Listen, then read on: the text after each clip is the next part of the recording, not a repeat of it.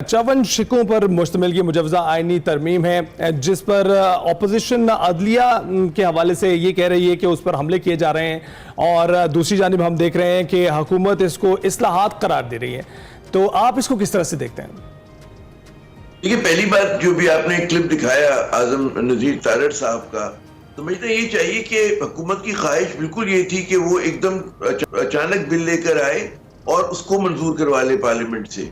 इस बात के गवाह जो है मतलब जिसने पार्लियामेंट को कवर किया है इस्लामाबाद में, उनको पता है कि किस तरह से अपने हुक्मरान इत्तेहाद ने अपने लॉ मेकर्स को यानी कि अरकान कौमी असम्बली और सेनेट को रोका हुआ था कि वो शहर छोड़ के ना जाए।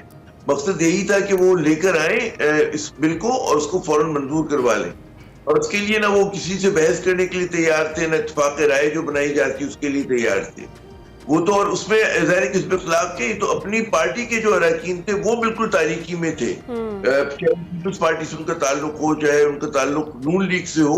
ये मुट्ठी भर लोगों को पता था, इन्होंने अपने अरकान को इत्तेमाद में नहीं लिया था। तो इसमें यह कहना कि जी अभी तो हमने पेश ही नहीं किया, हमारा इरादा ही नहीं था, ऐसी बात नहीं थी। हुकूमत की हिकमत अमली बुरी तरह नाकाम रही और इस बात का सबूत है कि जो अभी आपने फैसलवाड़ा वाला भी क्लिप दिखाया वो इस बात का सबूत है कि पूरे 16 आने इनके जो थे तैयारी थी कि हमें बिल लाके मंजूर करवाना है, वो नहीं हो सका। एक तो ये बात हुई। दूसरी बात ये, इस बिल में क्या है, इस बिल में जो है वो आप कहते हैं ना कि आला अदलिया की ताकत को डाइल्यूट करना चाहते हैं, उसको सबसर्विएंट बनाना चाहते हैं हुकूमत के। अगर इनको दुख होता अवाम का और इस बात का दुख होता है कि जी अवाम जो इन्होंने जुमला कहा कि रुल रहे हैं कॉरिडोर्स में, तो वो हाई कोर्ट सुप्रीम मुट्ठी भर अवाम जाते हैं। वहां असल तो हम लोग रुलते हैं अवाम, वो तो लोअर कोर्ट्स में रुल रहे होते हैं जहां पे लाखों मुकदमे जो है जेरे इल्तिवा है। और यहाँ पे इनको जो फिक्र हुई हुई है तो वो एक गलत तासुर दिया जा रहा है। मकसद यही था कि आला अदलिया के पर काटे जाएं। और आप देखिए ना मुदाखलत का जो एक बात कर रहे हैं, ये नंबर 1 के हमें एक कॉन्स्टिट्यूशनल कोड बनानी है। अब सवाल पैदा होता है कि एक तरफ आप कहते हैं कि हम पाकिस्तान में महकमे कम कर रहे हैं, जब आप कॉन्स्टिट्यूशनल कोड बनाएंगे उसके लिए अलग बिल्डिंग बनाएंगे, कभी आगे चलकर फौरन आगे बनाए अलग अमला होगा, आप मजीद खर्च बढ़ा रहे होंगे। अच्छा, क्या हमेशा ही कॉन्स्टिट्यूशन के मामला जो है वो इतने अदालतों में जाएंगे? इस वक्त इसलिए जा रहे हैं कि हुकूमत जो है आइन के ऊपर अमल नहीं करी, और क्योंकि अमल नहीं करती तो बार बार लोग उसको चैलेंज करते हैं। अच्छा। जो मामला पार्लियामेंट में तय होने चाहिए वो जाके अदलिया में चैलेंज हो रहे होते हैं। तो आमिर साहब, ये जो फिर ऑपोजिशन इल्जाम लगा रही है कि जो ये तरामीम लाई जा रही हैं अदलिया को कमजोर करने के लिए तरामीम लाई जा रही है, ना कि अदलिया को मजबूत करने के लिए, तो इस पर क्या कॉमेंट करेंगे आप? फिर आपने बिल्कुल दुरुस्त कहा, ये जो इल्जाम है ये गलत नहीं है, सिर्फ हिज़्ब खिलाफ नहीं कह रही। पाकिस्तान के जो सरकर्दा वकला है, वो चाहे इत्तेजाज एहसन उनका नाम है, चाहे मुनीर मलिक है, चाहे फैसल सिद्दीकी है, चाहे वो आबिद जुबैरी साहब है जिन्होंने इसको सुप्रीम कोर्ट में चैलेंज भी किया है, जो कलीदी नाम है, बड़ी बड़ी बार से पाकिस्तान की, वो इसको कहते रिजेक्ट कर रही है, इसको मुस्तरद कर रही है। और उसकी वजह ये कि आप अगर ये कह देंगे कि अपनी मर्जी से हाई कोर्ट के जजेस को ट्रांसफर पोस्टिंग करेंगे कि जनाब आपने क्योंकि मेरे फैसले पे हमारी मजहब पे मंशा फैसला नहीं दे रहे तो उठाकर कहीं और फेंक दिया, फिर वो ये चाहते हैं कि जनाब अपनी पसंद के जजेस से। देखिए, सियासी मुदाखलत क्या होती है कि सियासी जमात अपनी मर्जी से अपनी पसंद के जजेस को तैनात करे और उनको फिर इस बात की भी एक कैरेट दे, गाजर दिखा रही हो कि जी हम आपको जो है कॉन्स्टिट्यूशनल कोर्ट में जो है मजीद आपको वहां पे नौकरी दे देंगे, या उनकी मदद मुलाजमत में जो है तौसीक की जाए। तमाम वो चीजें कि जिसमें इनकी बदनीयती झलकती है। अच्छा। समझना ये चाहिए कि देखिए कानून साजी में शफाफियत होनी चाहिए, यहाँ पे अदम शफाफियत थी जिसकी मैंने जैसे कहा कि इनके नहीं कि हमें किस तरह की कानून साजी करनी है। ये समझ रहे थे कि जी ये कठपुतली है, हमारे जो अरकान है इन कहीं से बिल नाजिल होगा, पता नहीं कहाँ से, हमें नहीं पता, और लोग उसके ऊपर जो है मोहर लगा देंगे, उसको हाँ रजामंद हो जाएंगे। तो एक बिला वजह का बुरान पैदा किया। ये पीडीएम 1 हो शहबाज शरीफ की जिस दरख्वास्त का भी आमिर साहब आपने जिक्र किया है कि उस पर जो पाकिस्तान तहरीक इंसाफ की क़यादत है वो भी चली गई है सुप्रीम कोर्ट में, तो इस पर कहीं ना कहीं आप तक थोड़ी जल्दी नहीं कर गए इस दरख्वास्त को सुप्रीम कोर्ट में ले जाने पर? बाज़ लोग ये कह रहे हैं कि जनाब जब कानून बना नहीं है, कानून पेश नहीं हुआ तो अब कबल लेके चले गए, लेकिन यहाँ पे प्रियम किया गया क्योंकि अगर ये पास हो जाती है तो फिर आप सुप्रीम कोर्ट का ये हक खत्म कर देंगे कि वो इसको रिव्यू कर सके। तो ये एक बड़ी मुतनाज़ा और ऐसी कानून साजी है कि जिसमें आप देखिए बिल्कुल पार्लियामेंट को इख्तियार है कानून साजी का, लेकिन इस तरह की कानून साजी का इख्तियार नहीं है कि वो किसी इदारे को तबाह कर रही है। यहाँ पर एक इदारे को तबाह किया जा रहा है, उसका नाम है आला अदलिया, हमारी हाई कोर्ट्स को, हमारी सुप्रीम कोर्ट को। तो जाहिर है कि इसको बचाने के लिए फिर जाहिर है कि आपने उसको बुकला कर रद्द-ए-अमल देखा, उन्होंने तहरीक चलाने की बात की। आम आदमी से बात करें, आम आदमी का कोई ताल्लुक नहीं इन इस्लाहात से। कोई इस्लाहात अगर करनी होती तो हम लोअर कोर्ट्स पे करें। भारत 1 अरब से बड़ा मुल्क है, उनकी जो आबादी 1 अरब का है, वहां पे 33 सुप्रीम कोर्ट के वो हैं, जजेस हैं। आप क्यों बढ़ाना चाह रहे हैं? आप अपने मुल्क का साइज देखें, उसमें आप कह रहे हैं कि जी हम अपने जजेस की तादाद 23 कर देंगे। जब एक का मुल्क 33 जजेस से चल रहा हो तो हमारा 24-25 करोड़ का मुल्क के लिए आपको इतने जजेस की क्या जरूरत है? बात अभी तक 5 साल में ये मुल्क चला ना। और अच्छा फिर आप देखिए कि जो इनके ताजी तो उन्होंने अपने आप को पीछे किया, नून लीग के।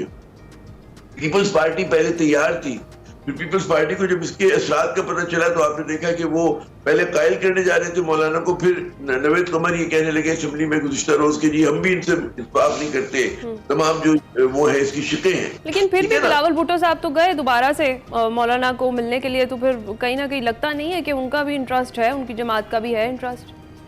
नहीं, बिल्कुल है, बिल्कुल है। देखिए ना इस वक्त जो है ये बी टीम का किरदार पीपल्स पार्टी अदा कर रही है नून लीग का, और इनके जिनको जो असाइनमेंट दिया गया है हुकूमत को कि जिस बिल को मंजूर कराना है, क्योंकि नहीं चाहते कि मंसूर अली शाह साहब जो हैं वो एक ताकतवर चीफ जस्टिस के तौर पर आए, और ये चाहते हैं कि काजी फैज ईसा साहब को किसी तरह से रोक लिया जाए, या फिर अगर वो नहीं रुकते तो अपनी मर्जी के जजेस नीचे से लेकर आ जाए सीनियोरिटी की उसको खत्म करते हुए।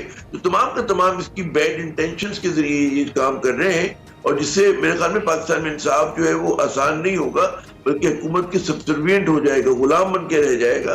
तो उसके अगर आप देखते हैं कि तमाम पार्टीज और यहाँ पर जितने भी फरीकैन है कि कंसेंसस डेवलप कर लेते हैं अदालतों पर, तो उसके बाद क्या सिचुएशन बने? आईनी अदालत साहब के पहले दौरे हुकूमत में जो कानून साजी हुई वो शख्सी और खानदानी मफादात के लिए थी, यानी कि नैब कवानीन को तब्दील किया गया था अपने फायदे के लिए। अब जो कानून साजी हो रही है वो इसलिए हो रही है कि इसमें महदूद सियासी मकासद हैं इनके। तो बिल्कुल पाकिस्तान में इस चीज का इम्कान है कि तमाम, अभी तो मौलाना एक दीवार बने हुए, लेकिन उस दीवार को जो है ढाया जा सकता है, उसको कंफ्यूज किया जा सकता है, उनको मिलाया जा सकता है अपने साथ, तो खतरा टला नहीं है। लेकिन अगर आप ऐसा करते, मैं समझता हूँ कि हुकूमत जो है इस मुल्क में पहले ही बहुत ज्यादा तजादात है, बहुत ज्यादा सियासी बेचैनी, आप उस बेचैनी में इजाफा कर रहे होंगे। जब आप कानूनी और आईनी रास्ते बंद करते हैं तो फिर लोग इंतहा पसंदी की तरफ जाते हैं। और यहाँ देख रहे हैं आपने वो अख्तर मेंगल साहब का जो है वो देखा, रद्द-ए-अमल देखा। एमक्यूएम बेचारी, अच्छा एमक्यूएम को सीखना चाहिए कि एमक्यूएम की 22 नशिस्तें हैं, ठीक है ना, और 3 उनकी सेनेट में है, ठीक है ना, और के मुकाबले में मौलाना की तो बहुत कम है, 8 है और 5 है गालिबन इनकी सेनेट के अंदर ना, कौमी सेनेट में। जी सॉरी माफ कीजिएगा, ठीक है ना, तो ये मिला के 13 हुई ना। तो अब इन्होंने ज्यादा अच्छी तरह से अपने आप को खेला। और अब मेरी कल बात हो रही थी इनके जराये से, तो वो भी कहते हैं हमें भी इनकी तमाम उससे इत्तेफाक नहीं है, और हम नहीं समझते कि मिलिट्री कोर्ट्स बननी चाहिए और इख्तियारात जो है वो इस तरह से होने चाहिए। तो इतराज तो सबको है, लेकिन ये लोग दबाव के तहत तो फिर आमिर साहब किसी भी दबाव के तहत, किसी भी प्रेशर के तहत क्या फिर मौलाना जो है वो राजी हो जाएंगे हुकूमत के साथ फिर इन जो तरामीम है इनको करने में? देखिए जाहिर है कि हुकूमत को 100% तो तरामीम नहीं मिलेगी, उन्हें इनको डाइल्यूट करना पड़ेगा, इस हद तक डाइल्यूट करना पड़ेगा, ये एक सवाल है। उसमें फिर ये देखना कि वुकला का रद्द-ए-अमल कितना शदीद और कितना तेज आता है। एक तो वुकला पे बहुत बड़ी जिम्मेदारी है, फिर पीटीआई को जो है क्या ये कोई ब्रॉड इत्तेहाद बना सकती है, कोई एक इसके ऊपर बड़ी यूनिटी बना सकती है, ये भी एक सवाल है। तो अभी मतलब है कि खतरा टला नहीं है, गोली कान के पास से गुजरी है हमारे। आला दलिया पाकिस्तान की आज भी खतरे में, क्योंकि हुकूमत ने अपनी इंटेंशन जाहिर कर दी है कि वो जज की उम्र में इजाफा करेंगे, सीनियोरिटी के देखिए सीनियोरिटी को जब आप डिफाई करते हैं तो उसका मकसद ये हुआ कि आप सियासी मुदाखलत का रास्ता खोल रहे हैं। बिल्कुल। तो वो अगर ये करते तो तमाम चीजें जो है पाकिस्तान में इंसाफ को आगे नहीं लेके जाएंगी बल्कि पीछे लेके आएंगी। तो आमिर साहब ये भी बिलावल की तरफ से भी कहा गया था कि मौलाना आईनी अदालतों के हवाले से काफी रजामंद दिखाई देते हैं, लेकिन उनको तरीकेकार पर शायद एतराज है और वो भी जल्द दूर कर दिया जाएगा। तो क्या तरीकेकार हो सकता है? देखिए एक तो ये है कि कुछ शिकों पे जाहिर है कि उनको इतराज है, फिर दूसरी बात ये कि ये बगैर जब मसूदा को इन्होंने दिखाया ही नहीं है अपने इत्तेहादियों को, तो लोग कैसे जो है उसके ऊपर रजामंद होंगे। फिर मौलाना साहब है कि डील करेंगे, जैसे मेरे ख्याल में आईनी कोर्ट के ऊपर मौलाना इतराज ना करें लेकिन उम्र पे करें, कुछ चीजों पे मौलाना कंसीड कर सकते हैं। लेकिन फिर मैं जब भी अर्ज कर रहा हूँ कि क्योंकि बदनीयती पे तो बहुत बड़ी जिम्मेदारी हमारी वकला बरादरी की जाती है कि वो क्या करते हैं, सुप्रीम कोर्ट कैसे रद्द-ए-अमल का इजहार करती है। तो मामला अगर कोर्ट में चला गया और उसको टेकअप कर लेते हैं तो बिल्कुल इस बात का इम्कान है कि वो उसको रद्द कर दें। और इस बात का भी बिल्कुल नजर आ रहा है कि हुकूमत बमुकाबला आला अदलिया आ गई है। तो ये चीज कि इस मुल्क में जमहूरियत के लिए जो है बुरा शगुन है और उसकी तमाम तर जिम्मेदारी जो है वो इस हुकूमत पे जाती है कि उन्होंने एक बहुत ही इस तरह से इस चीज को पुश करने की कोशिश की, उससे पाकिस्तान को कोई नेकनामी नहीं हुई है, जमहूरियत मजबूत नहीं हुई है, बल्कि इनकी बदनीयती जो है वो सबके सामने आई। सही है। तो आमिर साहब जाते जाते क्विकली मैं चाहूंगी जो फैसल वावड़ा की गुफ्तगू है उस पर तो जरा कमेंट करें। वो जो मैसेज उन्होंने दिया है वो अपनी तरफ से दिया है या फिर कहीं और से उन्होंने नून लीग के लिए जो पैगाम है दिया है, जी का जाना ठहर गया फिर? जी आपने दुरुस्त कहा, सब लोग यही कह रहे हैं कि फैसल वाला जो है वो जाहिर है कि एक सोच की नुमाइंदगी करते हैं और उनको कुछ इदारों के करीब समझा जाता है, जैसे माजी में शेख रशीद साहब हुआ करते थे और दीगर लोग कुछ हुआ करते थे। तो आज वो जिम्मेदारी फैसल वाला साहब को पड़ी है।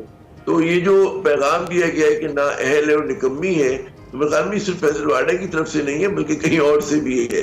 और हुकूमत जो है, कल आप देख रहे थे कि वो शहबाज शरीफ साहब का बॉडी लैंग्वेज देख रहे थे, हुकूमती और अरकान की देख रहे थे, तो कोई मुस्बत नहीं थी, वो बहुत ही उस पर मायूसी झलक रही थी। और मतलब है कि जाहिर है कि जब आपने मेरी क्योंकि मैं इस्लामाबाद में था, मेरी बात हुई कई बहुत सारे अरकान कौमी असम्बली और सेनेट के लोगों से, तो कई लोग तो बड़े परेशान थे हुकूमती, वो कोई घर जाना चाह रहा था, अपने छुट्टियों पे जाना चाह रहा था, इनको जो है रोका हुआ था यहाँ पर इस्लामाबाद के अंदर कि आप छोड़ के नहीं जा सकते, तवील नशिस्तें हो रही थी। और वो कहते जी हमें तो एक तरह से अडियाला जेल का मजा आ गया कि बेमाना किस्म की नशिस्तें हो रही हैं, बहुत देर तक हमें बिठा के रखे हैं। मैं हुकूमती अरकान की बात करूँ और वो तमाम की तमाम तनकीद कर रहे थे कि जी जिस तरह से कंडक्ट किया जा रहा था, उनको यरगमाल बनाया हुआ था कि आप छोड़ के नहीं जा सकते, किसी को अपने बच्चे की किसी तकरीब में जाना था, कोई वीकेंड पे जाकर और कुछ करना चाह रहा था, जाहिर है कि लोग दूसरे शहरों से आ रहे थे। तो ये मैं बता रहा हूँ, मैं कम से कम 4-5 मेरी जो हुकूमती उसके कौमी असम्बली के अरकान से मुलाकात हुई, सबकी ये राय थी और किसी को नहीं पता था कि किस चीज पर उनको मोड़ लगाने के लिए रोका जा रहा है। तो ये हुकूमत के लोग जब उनके बारे में तनकीद कर रहे हो तो आप इससे अंदाजा कर सकते हैं कहाँ खड़े थे ये लोग। जी आमिर जा साहब बहुत शुक्रिया आपका, इस हवाले से आपने अपना तजिया पेश। और है ना जैसे फैसल वाला की बात हुई और उनका जो निकम्मा और नाअहल वाला स्टेटमेंट है, उसके बाद हुकूमती मौक़िफ़ हमने देखा है, उनके उजलत में उन्होंने ये बुलाया तो था, लेकिन आज़म नज़ीर तारड़ साहब ने फिर कहा कि ये एक प्रोसेस के थ्रू ही लाया जा सकता था, जो पहले काबीना में पेश किया जाता, फिर काबीना की कमेटी उसका पूरा सर्वे करती, उसको जांचती और जांचने के बाद ही इसको आगे फॉरवर्ड किया जा सकता था।